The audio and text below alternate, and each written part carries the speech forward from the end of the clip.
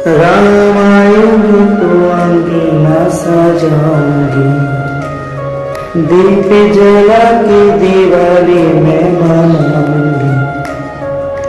এই অপেক্ষাই তো করেছিল মা সর্বদা, এই স্বপ্নটাই তো দেখেছিল মা সর্বদা, যে আমার রামলালা আসবেন, আমার শ্রী রামচন্দ্র আসবেন যোদ্ধায় আমার ঘরে।